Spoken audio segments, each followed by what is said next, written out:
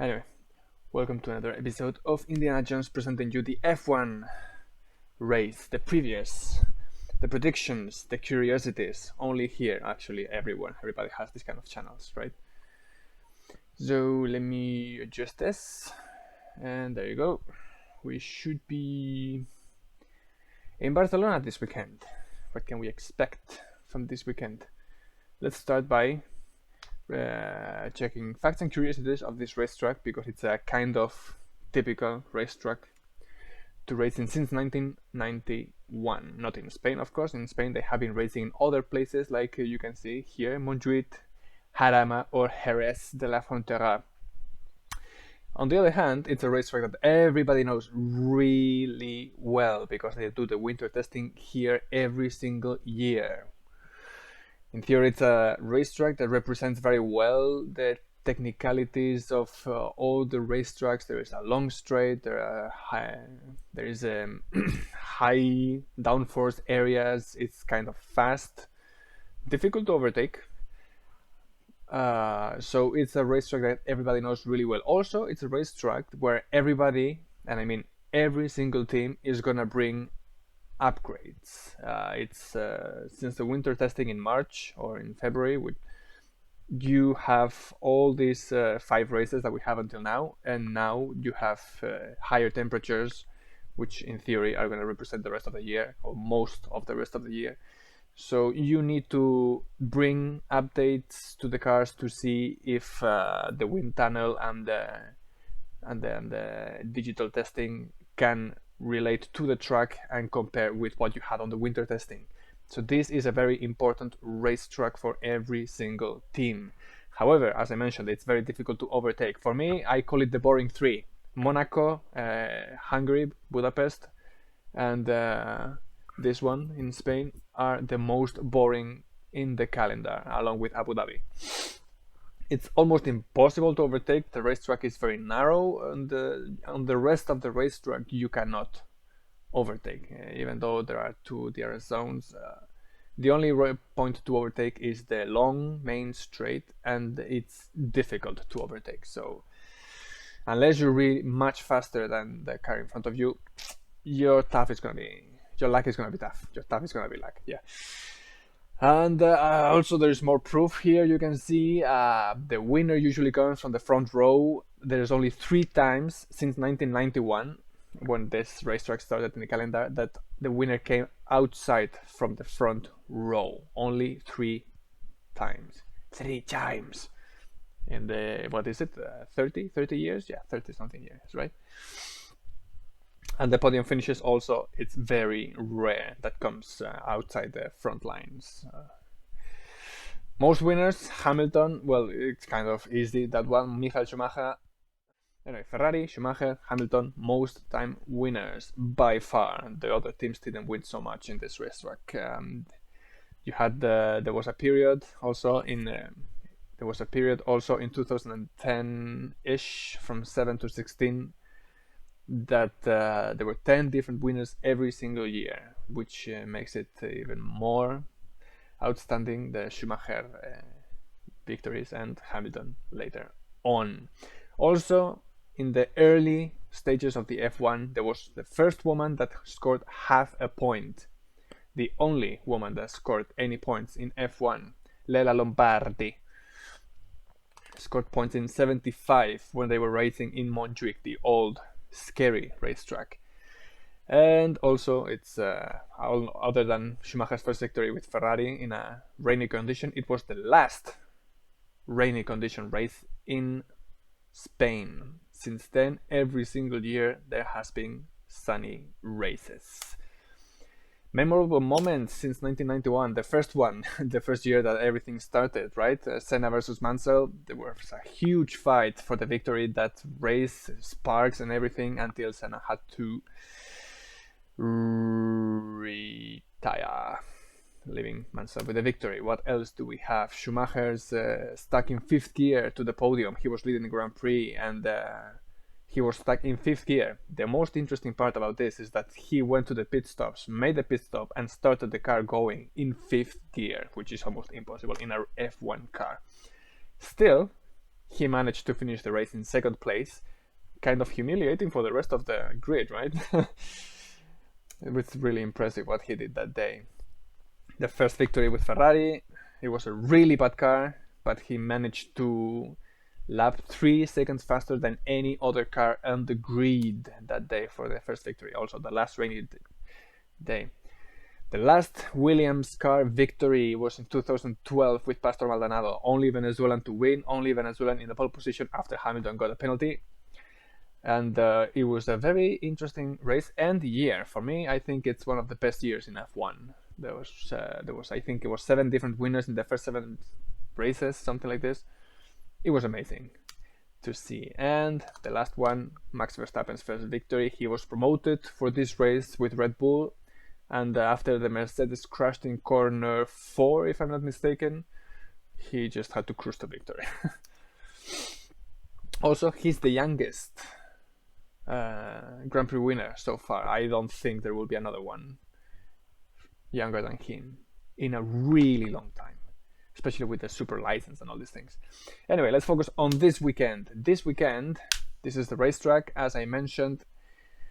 I don't know if you can see the mouse. Yes, this is the only race. The only point of overtaking is over here. The rest of the track, you see, it's fast corners, not many places. Maybe here you can overtake, but usually, unless, because this is a fast corner, unless you come out in a really close range, you are not going to overtake. They put this chicane before it was like this. Then they put this one to try to make it easier to overtake. However, it's exactly the same. I think there are better racetracks in Spain than this one, but what can we do? They race in here. Boring 3, like I said. Anyway, most teams are going to be bringing updates. Ferrari is going to be bringing updates for the wings and everything. They already brought some upgrades for suspension in Imola. For sure, Red Bull are going to bring. Mercedes is going to be quite critical this Grand Prix, comparing with the winter car that they have here, because it was like the Spec 1. This is like the side podless Spec 2. So they need to kind of take a decision quick on whether they will continue with this car, since they are the only car like this, or they will decide to go back to the winter testing spec. Maybe it will not be the last race that we will see that, but this is for sure it's gonna be a very important race to compare the winter season testing and now. They are still kind of lost with the car. They don't know how to make it work, and this is kind of critical. Like, they cannot waste a lot of time, right? The cars are going to be more or less the same for the next year, so they are not losing time, but they want to take things and advance to the front line as soon as possible. Aston Martin are going to bring, Alpha Tauri are going to bring, Haas are going to bring, everybody is going to bring updates to the cars. So, how is the weather going to be like? Sunny, sunny, sunny, 0% chance of rain. What does that mean? By the way, I just found something interesting. This was taken from the F1 website, by the way. Maximum temperature expected 18 degrees, minimum 30 degrees. But anyway, it's going to be a hot Grand Prix. Usually this is a hot Grand Prix, and 30 degrees maximum, that's more or less midday. Midday means that 30 degrees on the environment means it's going to be like 45 or 50 degrees on the asphalt. Hot. Tires for the Grand Prix, hard, medium, and soft. I think the soft is not going to be used very much, because as you can see here, the asphalt is one of the most abrasive asphalts in the calendar. It has always been, and it will always would be. It's very tough on brakes and on tires. It's also a high downforce Grand Prix, not as much as Monaco, but what does that mean? That the wings are going to be like this, except like otherwise, as we saw in other Grand Prix, for example. This means, for me, Ferrari should be the favorite team to beat. Red Bull are the ones that had higher straight line speed, and Ferrari are the ones that have faster corner speeds. It's you have a really long straight, but however, the rest of the racetrack is kind of corner-y. meaning that for me, I think Ferrari are the main favorites for this Grand Prix. You can see all the things as well. Medium for braking, traction, tire stress is high, track evolution. It's a racetrack that is very used in the rest of the year, so it's gonna be more or less the same between Friday and Sunday, more or less. And you have F2, F3, and all these other series in the meantime as well. Joe, I have a lap record set next year, if I am not mistaken, by Max Verstappen. It's not such a long racetrack, 66 laps. So, my bold prediction for the weekend, I think, like I said, Ferrari is going to be the main dominant in this Grand Prix. I think Leclerc is in a very good form, so he's going to be the one who's going to be making the pole position.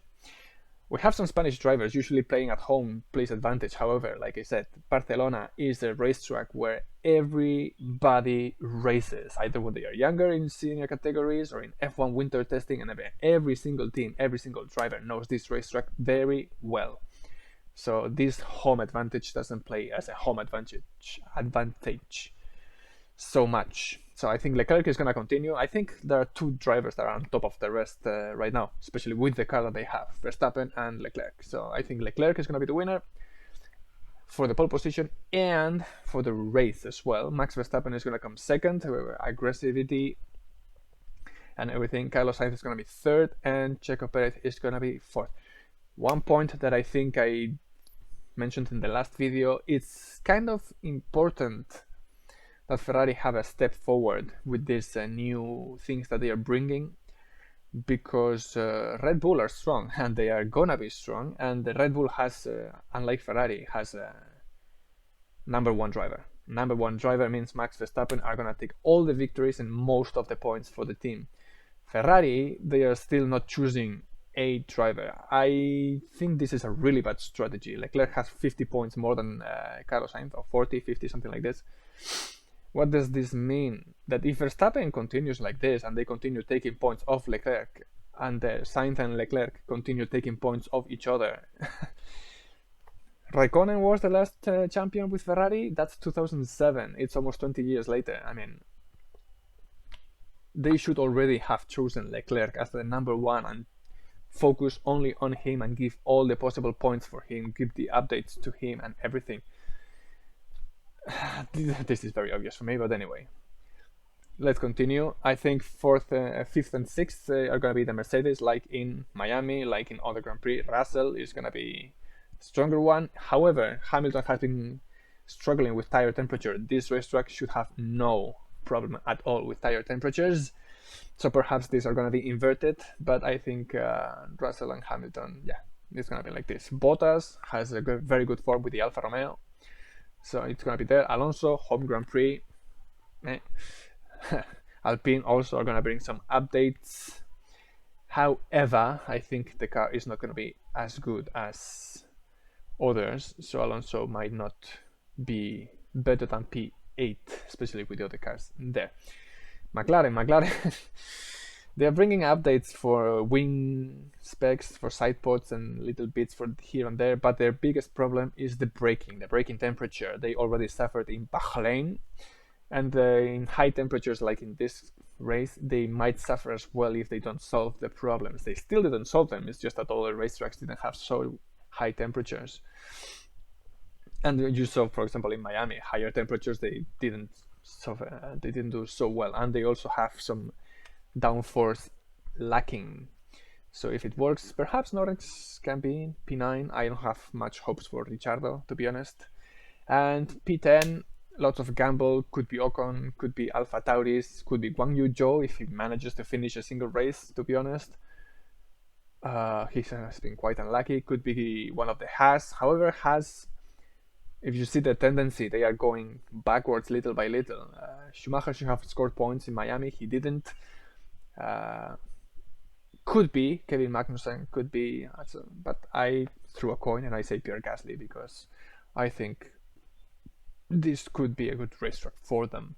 This is a racetrack for low downforce cars. I don't think Williams is gonna be. I don't think Aston Martin is gonna be. McLaren has a problem as well with downforce, so it might not be. However, I think it's gonna be like this. This probably will not be the reality except for the top four. Let's see how the race evolves, and as always, take it easy. As a last thing, let's say that FP1 is gonna be 3 testing drivers: Robert Kubica for Alfa Romeo instead of Guang Yu Zhou. I already mentioned Nick De Vries for Alexander Albon. In Williams and in Red Bull, Checo Perez will leave his seat to Yuri Vips, who perhaps could be in the grid next year. Let's see how it goes and check with you some other day.